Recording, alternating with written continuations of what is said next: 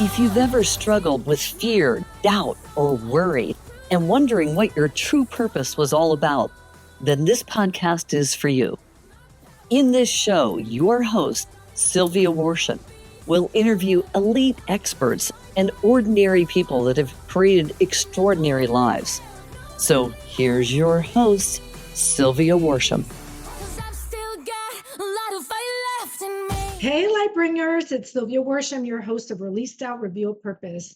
In with me today is someone I admired deeply. I met her when I supported the collaborative book, Going Places. I'm an author with Sula Press, and this was another collaboration of theirs. And I got to meet Kalpa Gupta, who is now my guest on Release Doubt, Reveal Purpose. And I'm so excited because her story is one of having gone through major trauma in her childhood and really stepping into the light that she brings to humanity now and helping women deal with that intergenerational trauma. And I know that she's going to have a lot of wisdom that she is going to share with you as she journeyed through her story of transformation. So without further ado, thank you so much, Kalpa, for joining us today. How are you?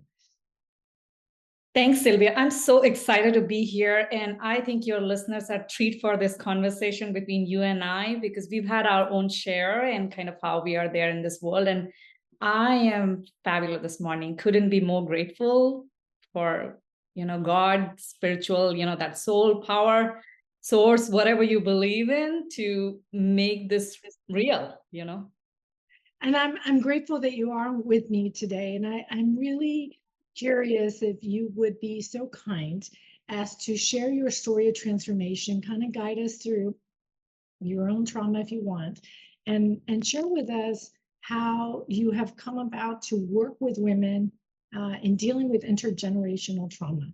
Because in dark chapters, some of us get stuck in dark for a long time, and some of our listeners may be facing that currently and not knowing how to step into their light and into their power. Yes. So I want to take you back to probably 5-6 years ago now. I still remember that night, evening. I had come back from work and my son was 5-6 years, or maybe it was 8-9. Now all the timelines feel hazy, He was playing with the Christmas sticker, the stickers that you get when you send some donations to a charity or anything. And I wanted him to eat or go to bed. And I was tired, I was burnt out, and I just took that, sticker, and I'm probably dramatizing it a little bit. I just put it in the trash, the dustbin in the restroom, in our bedroom upstairs. And he just howled, he cried so badly. It just brought me back to okay, what did I do? Right? This was this toy, and I just took him away from him. He was playing and I wanted him to sleep and eat and sleep on time so I can go to bed on time. But anyway, I realized in that moment something is wrong, right? Something is wrong, and I needed help, because whatever it was, my stress, my my fear, it was impacting my child.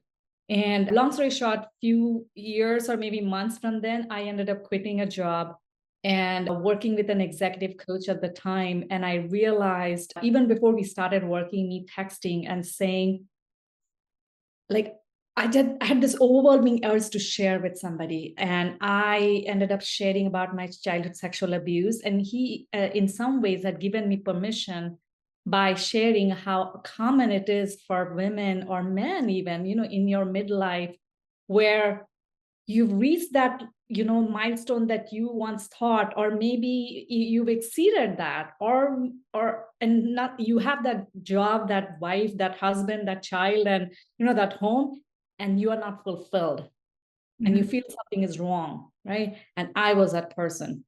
Besides, I was completely burnt out, and I was attracting toxic people at work. So my journey, I would say, right now, a healing probably began at that point, when then subsequently, I worked with, coaches, mentors, really going deep inside to go, you know what?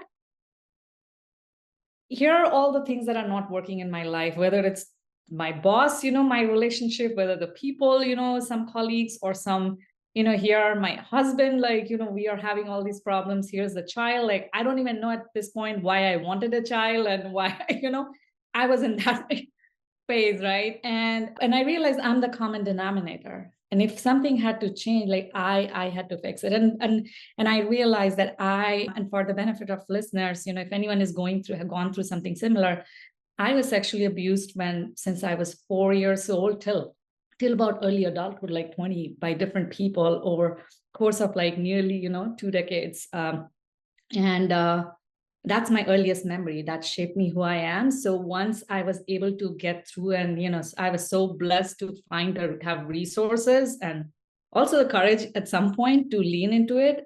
I believe with the grace of God, with the grace of a lot of the people in my life and the love from my family, that I've been able to move to the other side. I forgot your question was so deep. We could dive into a lot of different aspects, but hope that helps. Well, it's a story of transformation of like how you actually saw yourself as the common denominator. And I think that's a very powerful statement you made, because that takes a level of awareness that not most people have.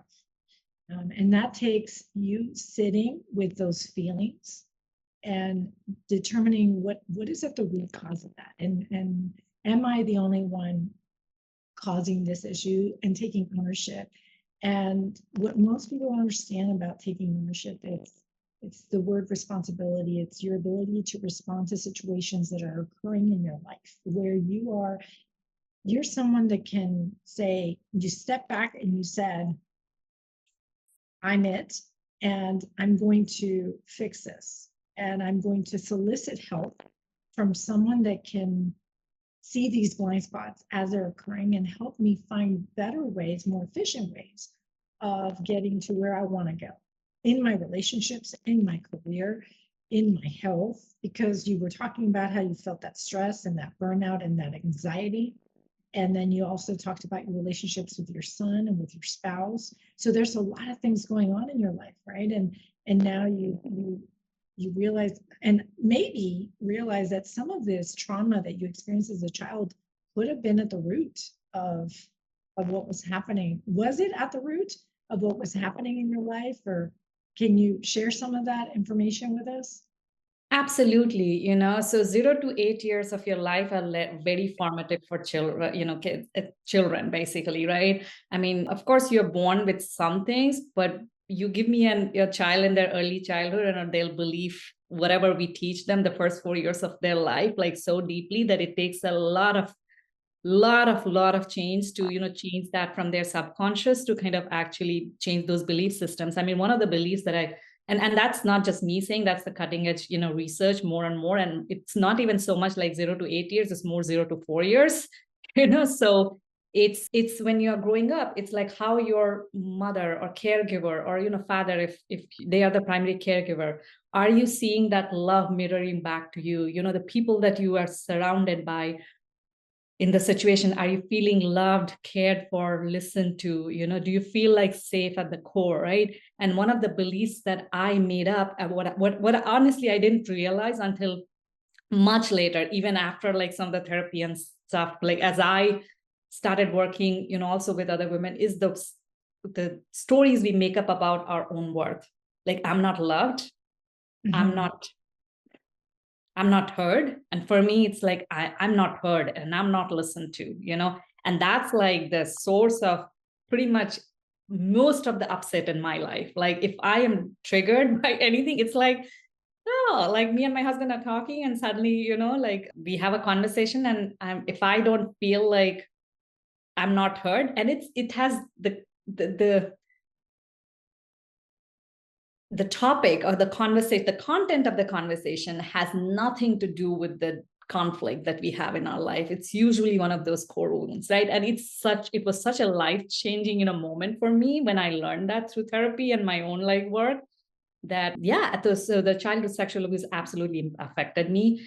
And there's research on adverse childhood experiences, not just childhood sexual abuse, but like which is your neglect, your family dysfunction, like if you had mental health issues with somebody, provider, drug abuse or domestic abuse, and broader, community violence, like, racism or some kind of other, war or bullying or these things, your brain's wiring changes, right? Like your executive functioning, like the prefrontal cortex, you're still operating from the reptilian brain, like, you're looking for tiger in every interaction, and the tiger is not there. We have, so I think absolutely, and I am, as much as I'm on the other side of healing, I feel like none of us are completely done in our last day, because that's the purpose of being on this planet, to actually understand the layers of, our own, like the pain and trauma that we experience, our caregivers have experienced, our grandparents, are, like the family of origin they have experienced, the broader culture, and we are always continually peeling those layers, and whatever stories you made up about us, and seeing, like, is this true in this moment? Like in this moment, I'm talking to you, I'm safe, but I can very much kind of go back by going, oh, I don't know, people have always betrayed me, like I can't trust people anymore. So it's a choice, conscious choice, that you have to really make at each point, and that's becomes so much more clearer, each passing day. How do you interrupt that? How do you get your conscious mind to start working in your favor? Because a lot of people, as you mentioned, operate from a subconscious space. They don't even realize they're reacting based on a belief that they carry inside of you, which has nothing to do with the conversation you're having with your spouse. It's just something that came out and like reared its ugly head, which I think is a good thing between you and I, because a lot of these triggers and a lot of these patterns of behavior don't like to be seen. So when you get triggered, it's almost like, oh, thank you for the trigger. At least now it's on the conscious part.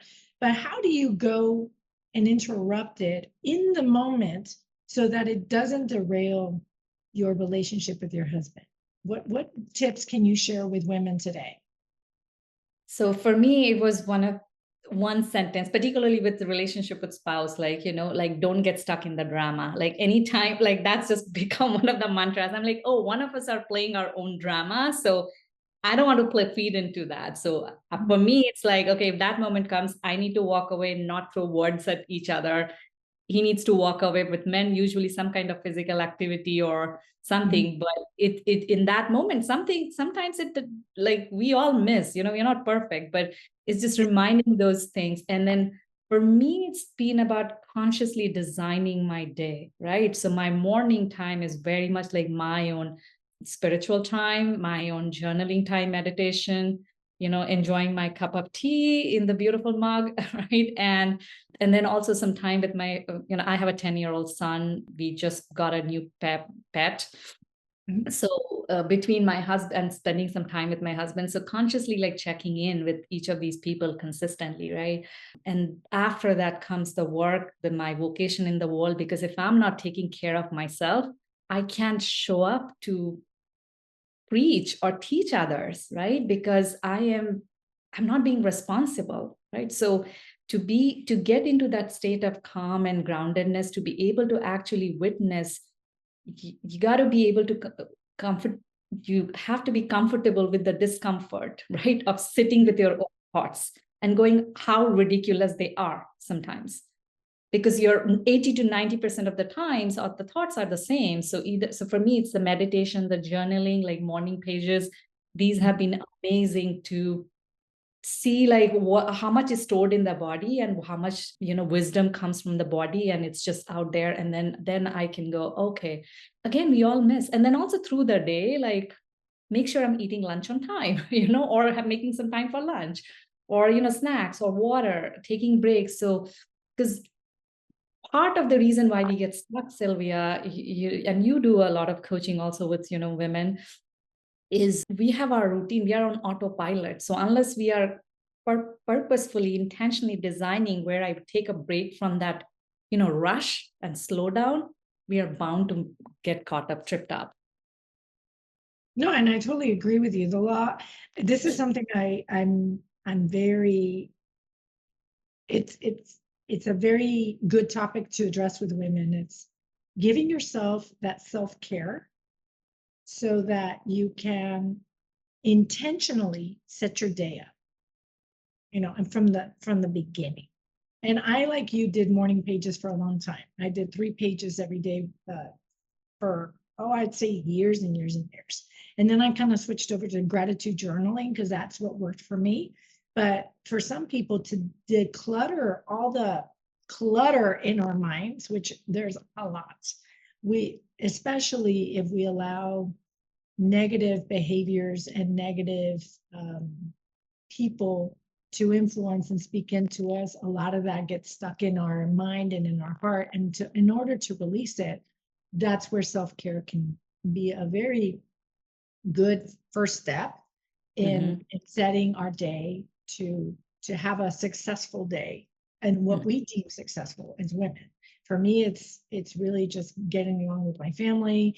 It's hydrating, it's exercising. There's different definitions of what we deem successful day. And if you were to have a rupture with somebody, is to be able to step in there consciously and say, yeah, this isn't the time to be, I'm not relational right now, so I need to step away from this before I build this into a bigger thing than it actually is. Because the reality is, our mind will always want to take us back to our past because we programmed it that way for so long. I mean, yeah, I don't know how old you were, Kalpa, by the time you started to reprogram your mind.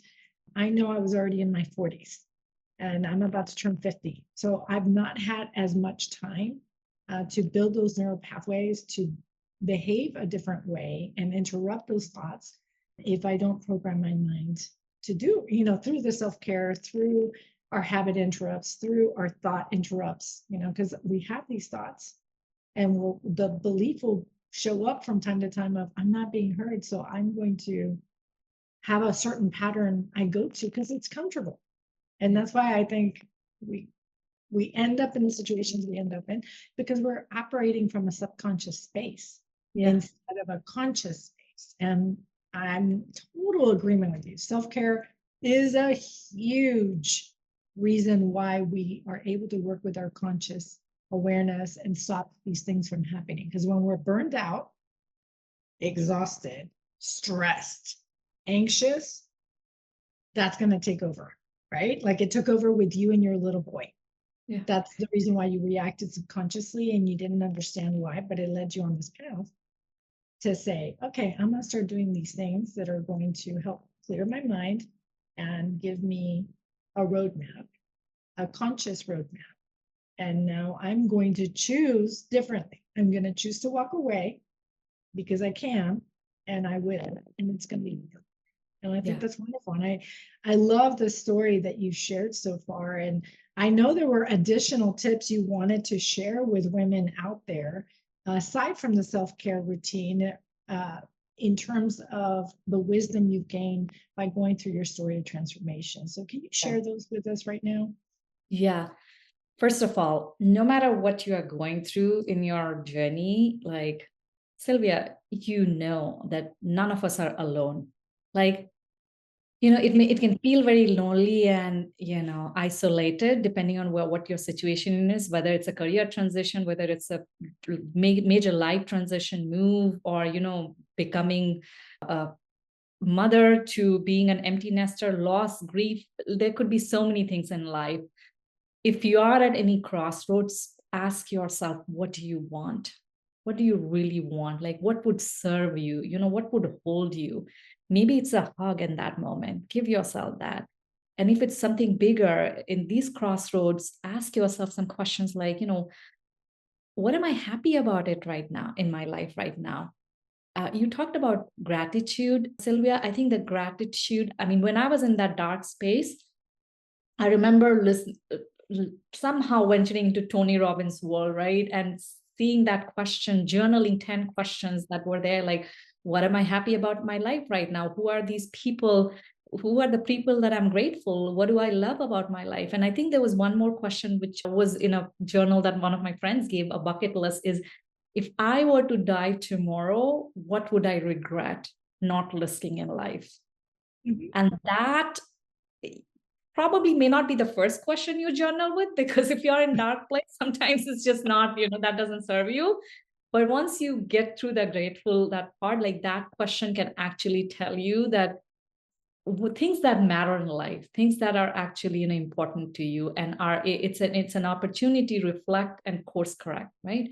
The second advice beyond those questions, I would say, is ask yourself, what are your values? For me, in that moment, in that crossroads, I realized my values, the way I saw myself, my life, and the environment I was in, there wasn't a match.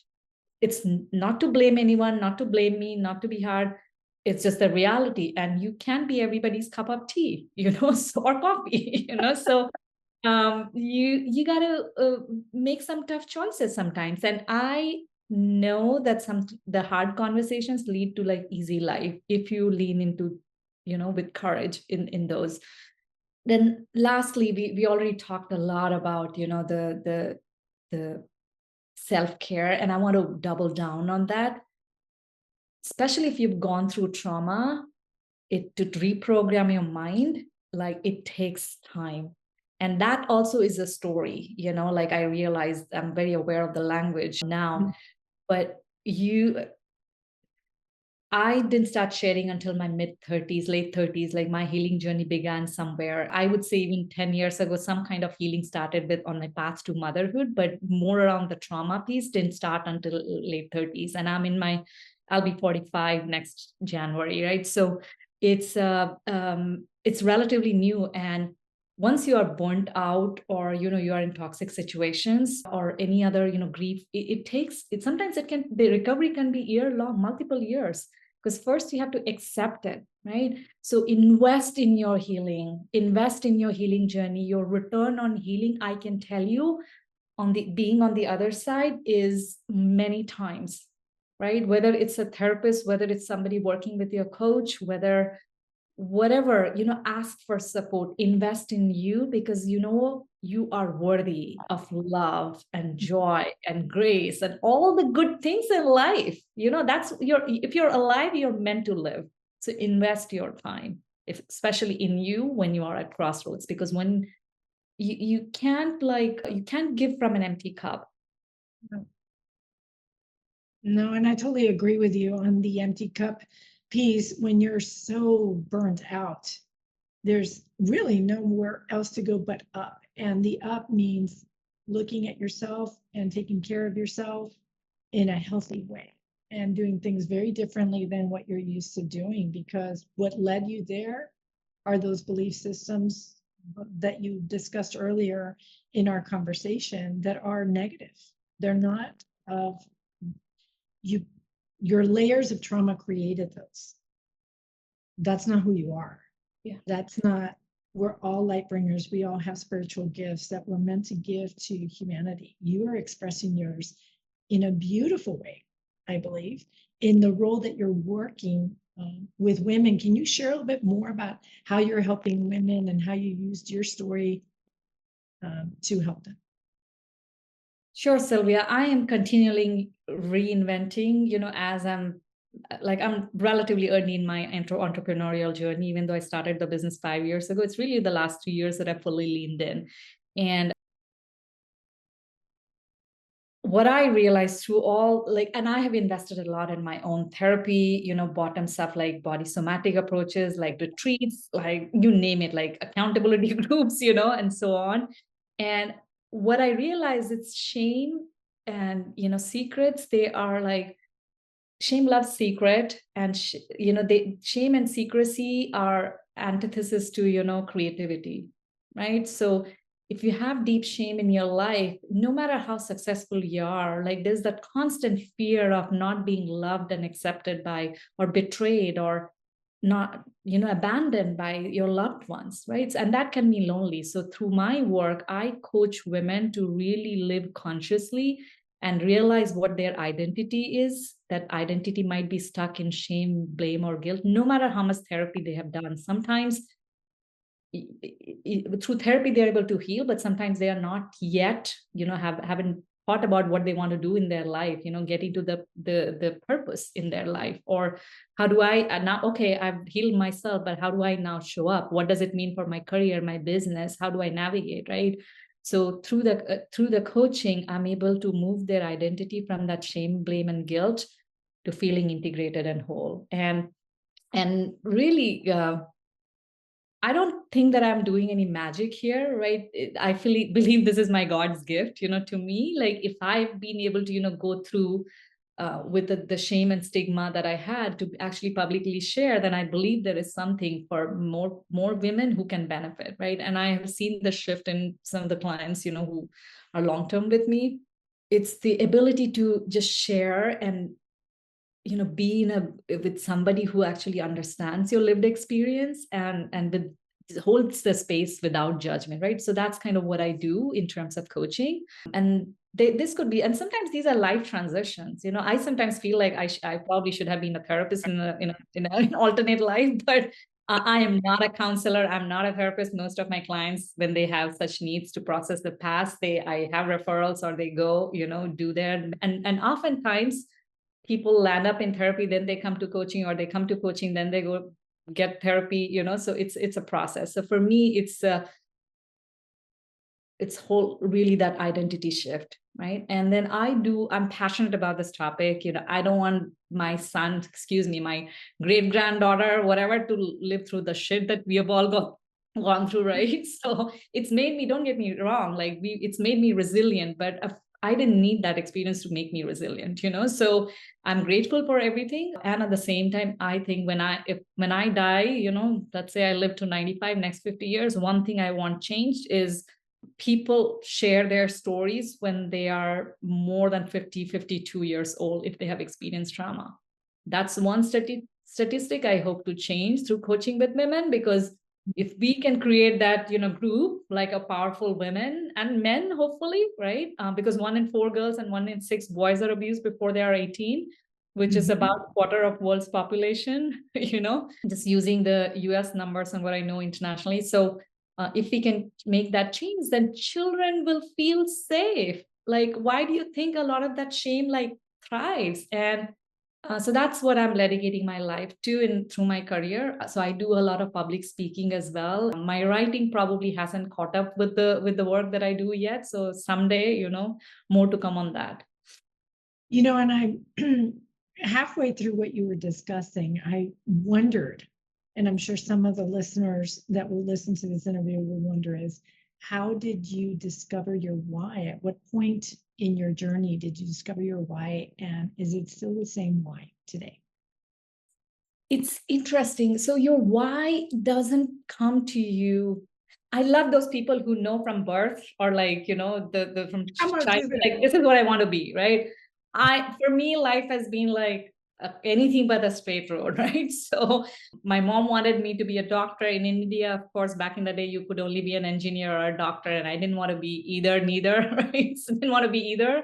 So I studied economics. I studied science in my early, high school, and I loved maths. But I think your purpose becomes clear when a moments of crisis sometimes, or when you feel that you've hit your rock bottom, because that's your body, your soul, your intuition, whatever, telling you that you're meant for something more, and you are basically hiding yourself. So if you feel like you've hit the rock bottom, good news, my friend. Say thank you to the universe, get underneath, reach out to people, and work through that. So I found what I learned, my purpose was really in that moment, when I left the job, or maybe around that time. But it wasn't so clear that I actually just wanted to help. Like, it wasn't clear I wanted to coach women, right? I got involved serving for causes that serve children in the foster care, because that's the closest to this cause that I could get to. And I still had the shame of not talking about sexual abuse. Nobody in my family knew. I didn't share that until last few years. So eventually I took a job, and I left the job. I did a lot of therapy and service, and in the service I found the healing and the courage and the resources. And then eventually, again, working with another coach, I think by then I knew I had to bring my personal and professional together because something felt missing. Something kept feeling, missing. So the more I leaned into a journal, like what gave me pain in my early years, that's what gave me purpose. And that's how I found my way through. It wasn't a straightforward, but I remember still the moment I was driving back from late in the evening, and these words just came through, like, I help sexually abused women claim their power, use their voice, and create a kinder world, right? And I came home and I started to journal, right? And I shared that with my business coach at the time, a friend who I had met in a mastermind and who also had trauma kind of history. And she's like, Kalpa, can you just sit with it for a second? Like, just feel it in your body. Do you realize how big that is? And I was like emotional, right? And part of me was like, oh, scared. And I'm like, I don't know if I can do this so if your purpose makes you like scared and like lean in, right?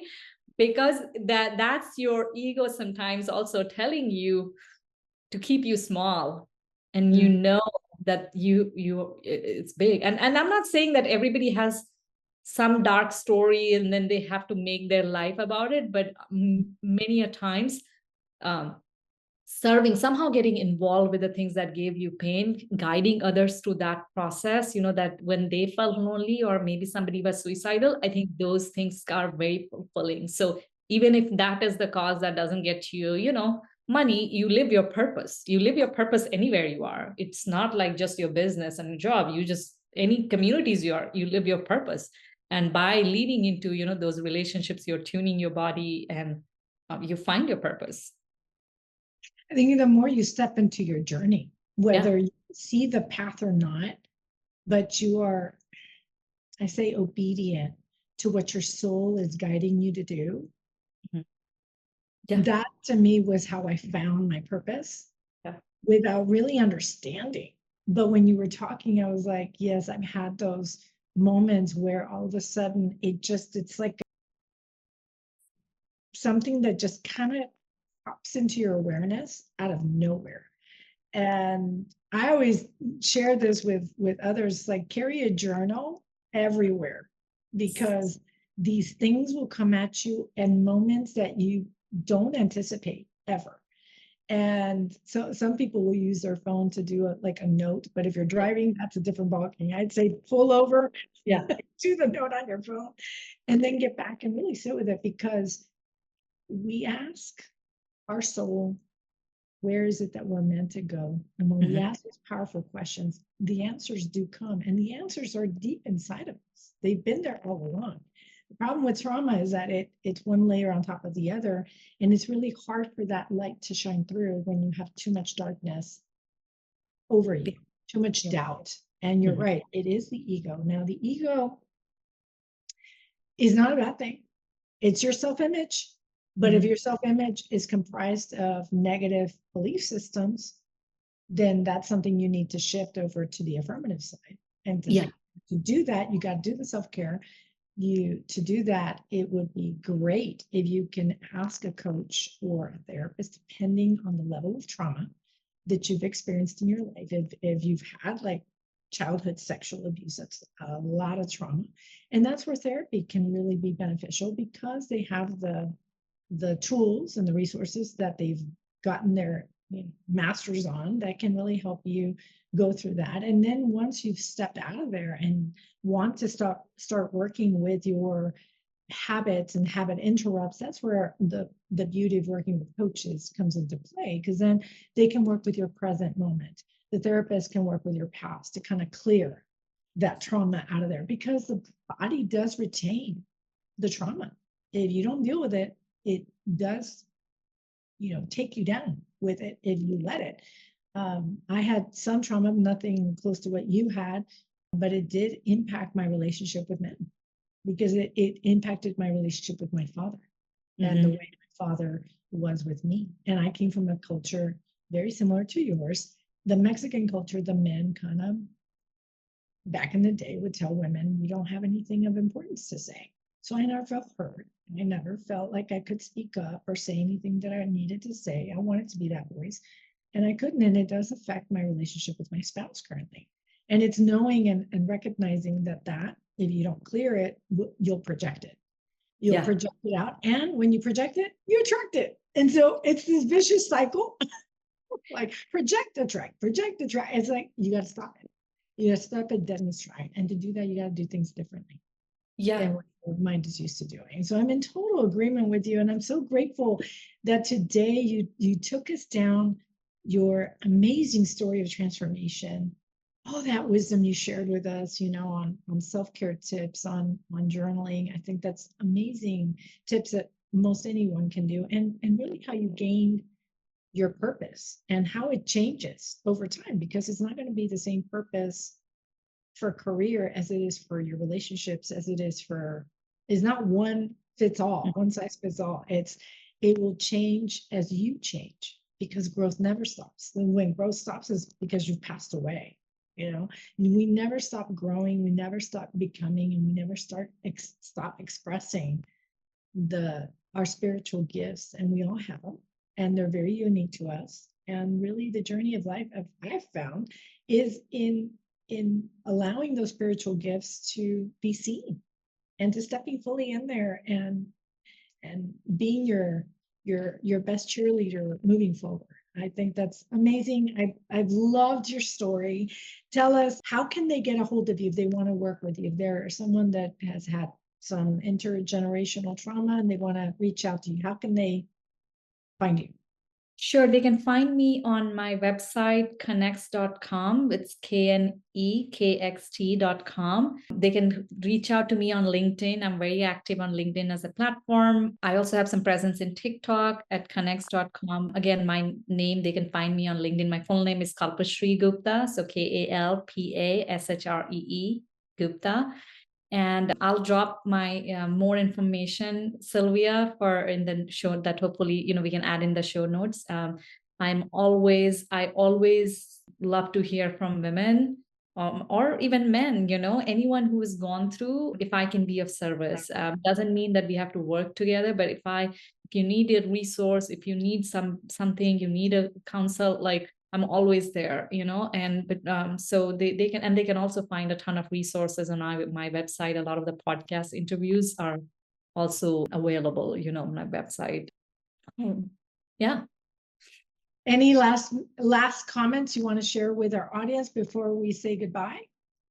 This has been an amazing time today, particularly some of the tips you also dropped, like affirmations. End of the day, it's all about changing habits in your healing, like you're shifting your identity. So find an accountability partner, a coach who can actually guide you through that process, because that's what made things possible for me. And I want to make sure that gift is available for others. Right? Thank you so much for joining us today. It has been my pleasure, Kalpa, to have you on. And I hope that people will reach out to you if they feel, if their soul is pulling at them to reach out to you. I think that'll be amazing. So for the listeners of Released Out, Reveal Purpose, once again, always bring your light, be the light. Don't be afraid to step into those gifts that you've been gifted in, and realize that there are so many of us that would benefit from your light. So stay safe. Love you all. Till next time. Goodbye now. So that's it for today's episode of Released Out, Reveal Purpose. Head on over to iTunes or wherever you listen and subscribe to the show. One lucky listener every single week who posts a review on iTunes will win a chance in the grand prize drawing to win a $25,000 private VIP day with Sylvia Worsham herself. Be sure to head on over to releasedoutrevealpurposepodcast.com and pick up a free copy of Sylvia's gift and join us on the next episode.